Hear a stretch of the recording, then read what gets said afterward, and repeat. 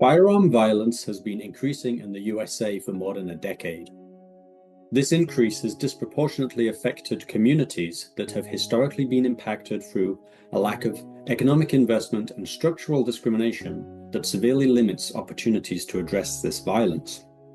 Because of this, the field of firearm injury prevention is in particular need of community-based interventions to address these disparities, to address structural causes, and to find solutions for the people that need them the most. The Community Firearm Violence Prevention Network is an NIH-funded research cooperative that is coordinated by the University of Michigan Institute for Firearm Injury Prevention and features 6 community-based interventions, all working together to find these solutions to prevent firearm violence.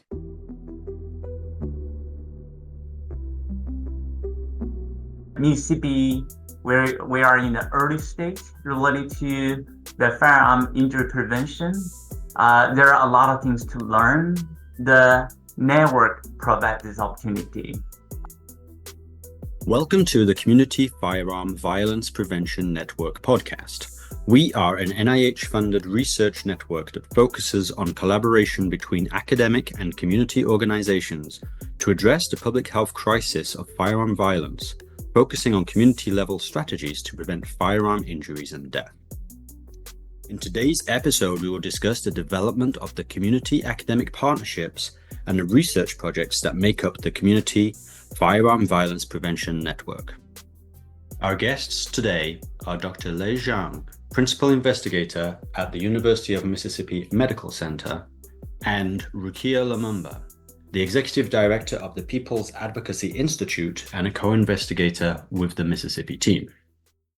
To start us off, please can you introduce yourselves and tell us about the community academic partnership you developed for this project? Good morning. My name is Lei Zhang. I'm professor and associate dean for research and scholarship in school of nursing at the University of Mississippi Medical Center. I serve as a contact PI for Mississippi Violence Injury Prevention Program, which we call MSVIP for short. And for this project, it is a community engaged and also is a community heavy.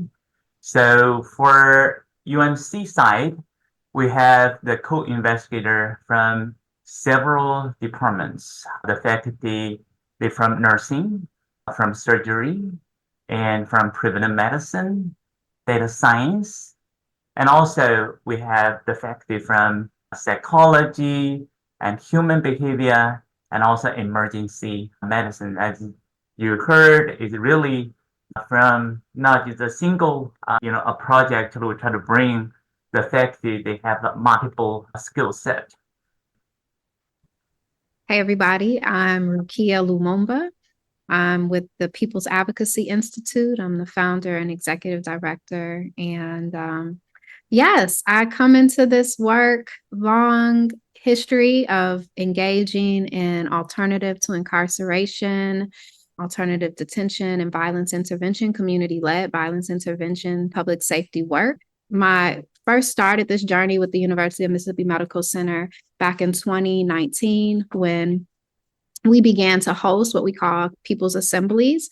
So been doing this work for a long time. In short, I'm one of the co-PIs working to help bring together various community partners, including the Mississippi Public Health Institute, MSPHI, and that great team, as well as many other community partners that we are bringing into this work. What was it that led you to be involved in this area of research? So there are 2 things that led me to be involved, or led us at People's Advocacy Institute to be involved in this research. One was community asked for it. So in 2019, over 125 community members met for a year. And one of the things that we came out of those conversations was a desire to have a hospital-based violence intervention initiative, something where as people were experiencing gunshot wounds or Firearm were firearm victims, that there was a way to prevent retaliation and actually get people the mental health support and the medical support that they needed, but also the support afterwards to mediate from conflict continuing to rise. So that's one. The second thing for me is that, and for us as an institution, is that we just truly, truly believe that the more collaboration we have across systems, the better outcome we have for public health and public safety. And we know that those two things are linked. And we know that in order to see those healthy communities, that we have to have all of our community agencies and partners involved. And the hospital is one untapped community that can really help to decrease incidents of firearm and violence. I just want to share some statistics. In 2021, Mississippi ranked the highest in terms of the mortality in the nation related to the firearm injury. And City of Jackson, which is the catchment area for this grant, the rate actually for City of Jackson related to the firearm mortality is 3 times higher than the state of average. So UMC cannot do this alone. So we're so happy, we can work with the community partners to tackle the root causes to the firearm-related injury. Can you describe the landscape of the communities that you work with doing this research?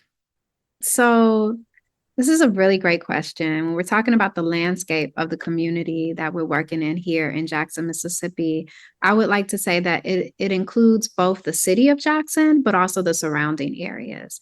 So Mississippi is a predominantly rural state. Jackson is the only metropolitan or truly urban city in the state of Mississippi. It is also the capital of Mississippi. It sits at the center of Mississippi, and it is the largest city by 3 to any other city in the state.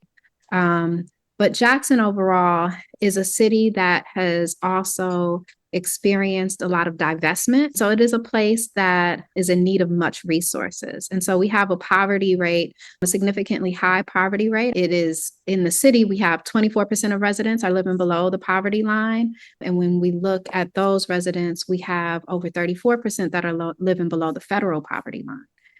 And so this causes a number of different challenges for us in the city, including food insecurity, including housing insecurity, including insecurity around more mental health and wellness, ability to obtain those things easily, transportation insecurity.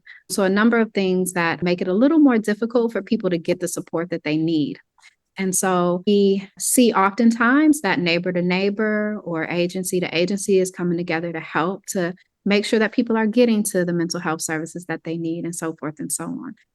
When you think about, and I think Dr. Zhang will talk more about this, and especially about the data, when you think about Mississippi overall, we're in a place also where Jackson is home to the only major hospitals and the only major trauma one hospital. And I'll let Dr. Zhang talk about that. And so it presents even more challenges in terms of how do we serve a whole state while also serving the largest city. So I'll pass it to Dr. Zhang. Yeah. And Rukia also mentioned, we cannot just treat and release, right? When people get injured, we have to look at the root causes. Many times the victim and related to their mental health. Also, she mentioned about the poverty, the employment. So we have to look at, the things from the very comprehensive approach. And what do you see as the core need in this community?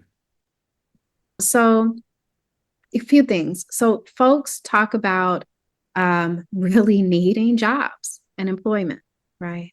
Having stable income. Folks need housing. Folks talk about secure housing. And at the top of the list, believe it or not, folks talk about access to healthy food and transportation to that place, like in walking distance. Well, one, People are connecting these things because they're seeing folks engaging in unhealthy, violent situations because of their inability to be engaged in all of these things, to have access to stable working and the stress that causes there. And so what we put in our body also dictates on how we operate mentally, right? And so people are connecting those things, and we're not doing the connection for them. People are connecting this themselves as we're talking about this. And then talking about housing, when you don't know where you're going to stay, or you're stressed about your rent, you're stressed about all of these things, the amount of stress that then causes in your personal interactions with people on a day-to-day basis. And we surveyed over 90, specific numbers 91 participants. And about 1/3, they were the violence, the victim. The other 1/3, it is the members related to the victim. Then another 1/3 is the members from the community at large. And which, Rukia already gave a summary. I just provide some statistics based on the ranking from our community needs assessment.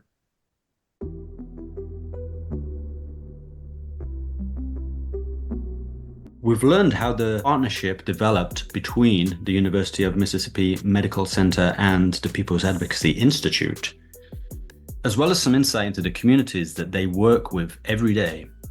Now let's learn a little bit more about the project that they have proposed. Please, can you explain the project that you plan to do in Mississippi? So I will say over the past almost 2 years, so we had a total of 4 activities, taking place. Number one is related to the Violence Summit. We had our first one in the last September. We had a total of 100 community partners, and they participated.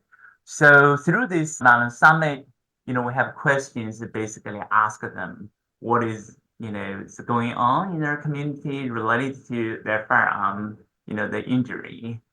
That is our first-hand information, which later on we use that as one of the resources, because during that, the Violence Summit, we call the data gallery walk, and we provide the community about the data related to the poverty, related to the firearm injury, related to the unemployment. After that, and we conduct the community needs assessment, which I just shared with you about the statistic related to the most needed area, related to what is the risk factor related to the firearm. After that, also, we conduct the focus group. So through this focus group, we want to dig a little bit further. And, we already have the intervention strategy developed. Now we try to share with our community partner and ask them, is this the intervention strategy feasible? For example, we developed the 3 intervention strategy. One we call the hospital linkage based, and allow UMC to work with already the established program. Rukia already mentioned is Operation Good.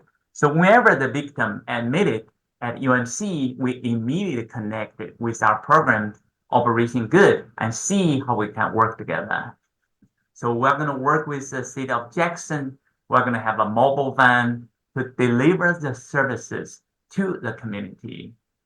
So before event phase started, we already reached out to the community through our focus group, also through other means, and see anything we need to adjust in order to make sure we can carry out about our intervention, which we're going to be tested.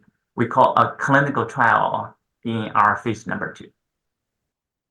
How do you see this kind of intervention having an impact on the community?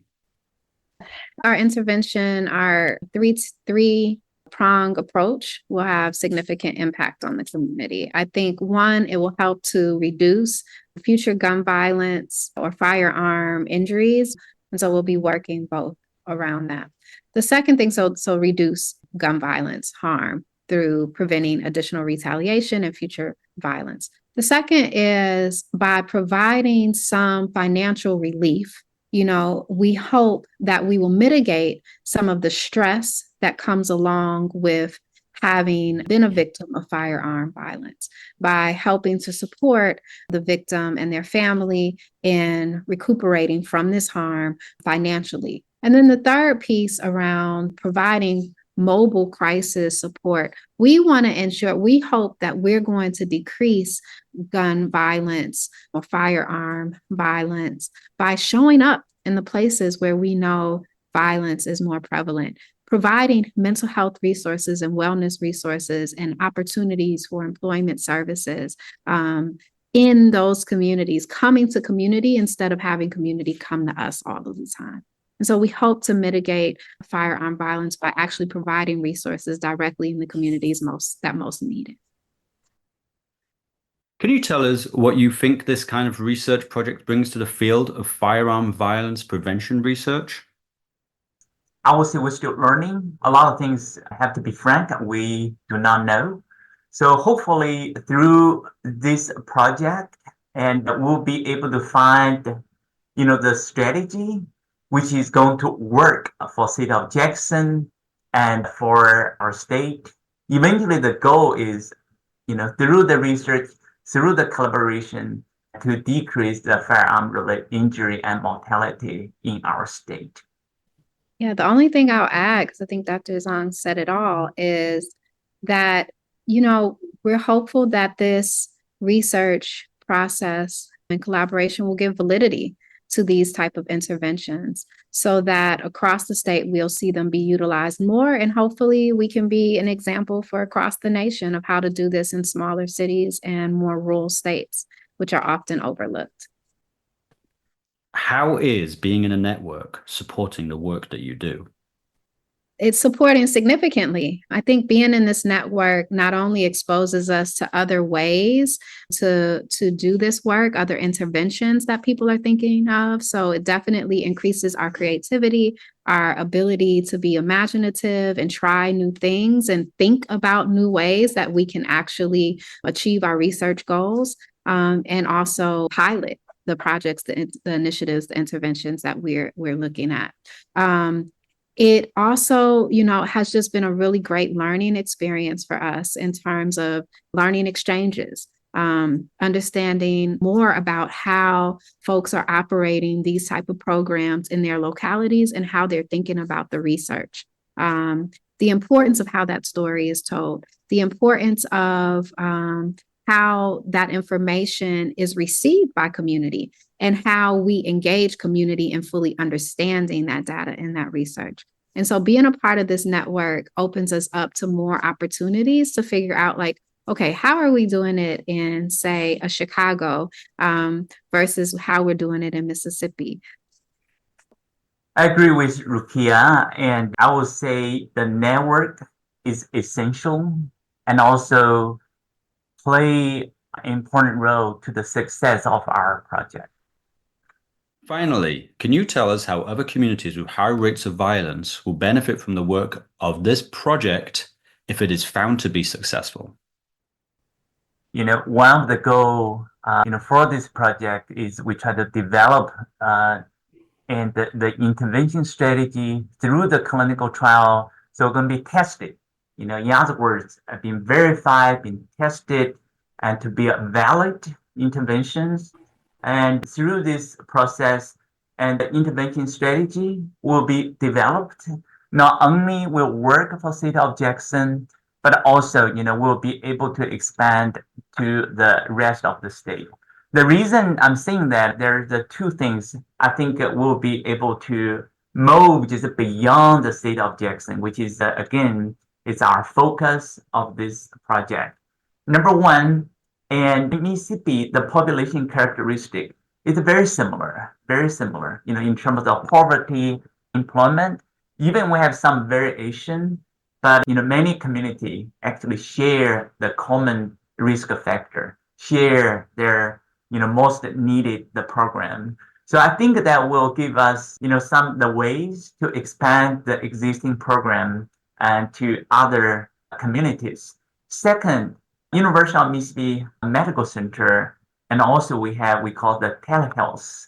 Even we have the limited maybe staff and co-investigator for this program, But UMC does provide the telehealth program, related to the mental health, related to some wellness check. So we can easily, through, the telehealth, to reach out to the rural area in Mississippi. Thank you all for this opportunity. Thank you for investing in Mississippi, and we appreciate it. Yes, thank you so much for giving us this opportunity to share our story. Thank you to Lei Zhang and Rukia Lumumba for explaining the project and how it will make a lasting impact on the field of firearm violence prevention research. In the next episode, we will hear from the other research projects and learn about their planned interventions. Thanks for listening to the Community Firearm Violence Prevention Network podcast. To learn more about the Community Firearm Violence Prevention Network, go to endfirearmviolence.org.